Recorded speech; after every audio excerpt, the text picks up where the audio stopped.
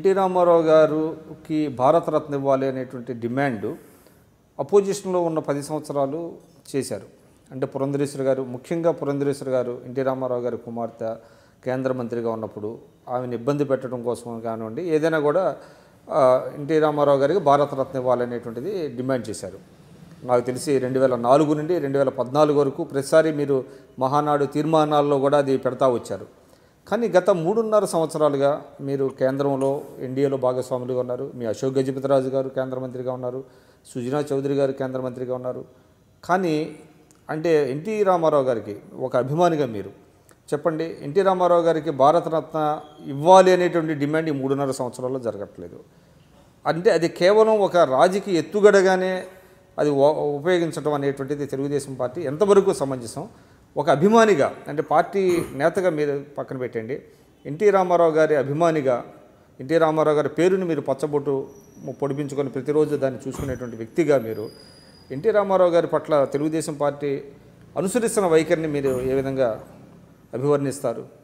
ఇవాళ ఎన్టీ రామారావు అనేటువంటి వ్యక్తి ఆంధ్రప్రదేశ్ లోపల పార్టీని పెట్టి యావత్ భారతదేశంలో కాంగ్రెస్ పార్టీకి ప్రత్యామ్నాయంగా నేషనల్ ఫ్రంట్ అనేటువంటిది ఏర్పాటు చేసి అందరినీ ఒక తాటి మీదకి తీసుకొచ్చి కాంగ్రెసేతర ప్రభుత్వాలను ఏర్పాటు చేయడం లోపల భాగస్వామి అయినాడు.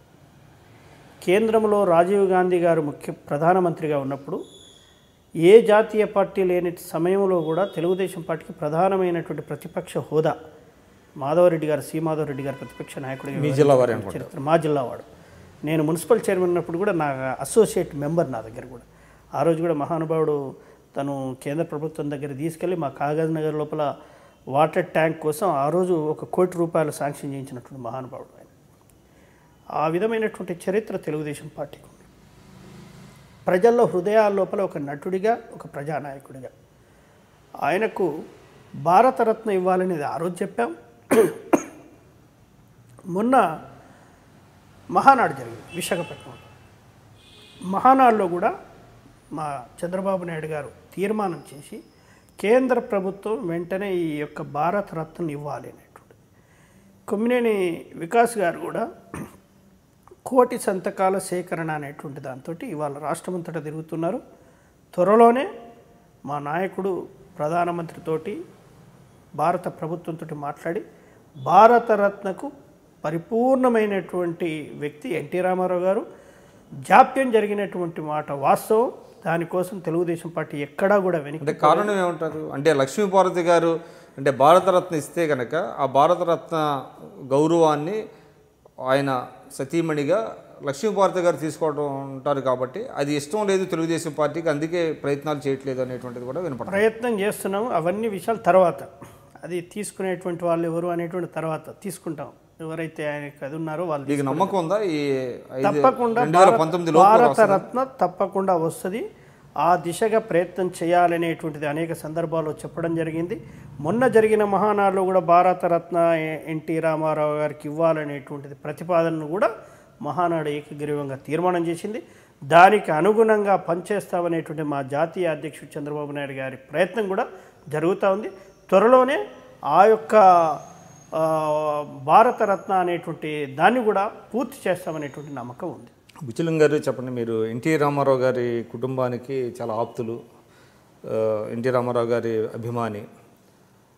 ఇటీవల కాలంలో అంటే 2009 ఎలక్షన్స్లో జూనియర్ ఎన్టీఆర్ పార్టీకి ప్రచారం చేశారు. తర్వాత ఆయన పార్టీకి దూరం అయ్యారు. కొంత లోకేష్కిను జూనియర్ ఎన్టీఆర్ మధ్య కూడా గ్యాప్ వచ్చింది అనేటువంటిది ఒకటి వినపడుతుంది. అంటే ఆయన్ని కూడా కొంచెం వాడుకొని వదిలేశారు అనేటువంటిది కూడా వినపడింది. ఏంటి అసలు ఏం జరిగింది? అట్లాంటిది ఏం లేదు. ఆయన ఎన్టీ రామారావు గారి మనవడిగా ఆయనకు ఉండేటువంటి గౌరవం ఆయనకు ఉంటుంది. జూనియర్ ఎన్టీఆర్ని కూడా నేను అప్పుడు చాలా దగ్గరగా గమనించేవాడిని. హరికృష్ణ గారి దగ్గరికి వెళ్ళేవాళ్ళం కదా, అప్పుడే బాలరామాయణము దానిలో తిరిగేవాడు. సరే, ఒక ఆర్టిస్ట్గా ఆయనకు ఉండేటువంటి గౌరవం ఆయనకుంది.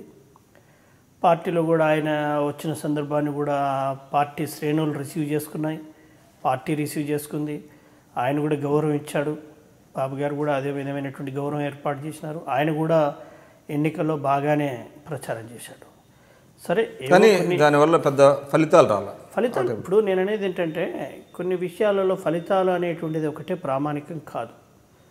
ఉన్నటువంటి దానిలో అందరినీ కూడా ఉపయోగించుకునే ఒక ఊపు తెచ్చారు మొత్తం ప్రచారానికి వచ్చింది. సరే, ఓటమి గెలుపు రాజకీయ పార్టీలలో సర్వసాధారణం. ఒక వ్యక్తిగా ఆయన్ను వీళ్ళు కూడా ఆదరించారు, ఆయన కూడా అది చేసుకున్నారు.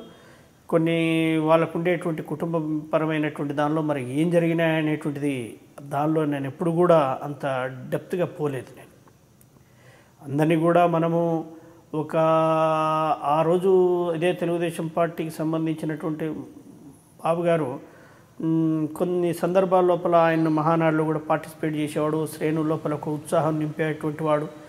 ఒక ఆర్టిస్ట్గా ఆయన కొంత అది ఉంది. దాన్ని పార్టీకి కూడా ఉపయోగపడింది, సంతోషం. పార్టీ సమయం సందర్భం వచ్చినప్పుడు వాళ్ళు మాట్లాడుకుంటారు, వాళ్ళు కలుస్తారు. వాళ్ళ మీద ఇంటర్నల్గా ఉండేటువంటి ఏమన్నా చిన్న చిన్నవి ఉన్నా కానీ అవన్నీ కూడా వాళ్ళు మాట్లాడి ముందుకు పోతారనేటువంటిది మేము విశ్వసిస్తాం. మీరు చూస్తున్నారు ఐ డ్రీమ్ న్యూస్ని. మీరు చూస్తున్నది ఐ డ్రీమ్ న్యూస్. అంటే కళలని నిజం చేస్తూ ప్రజలకి నిజాలని కళల ద్వారా తీసుకొచ్చే ఐ డ్రీమ్కి మై బెస్ట్ విషెస్. మీరు చూస్తున్నది ఐ డ్రీమ్ న్యూస్.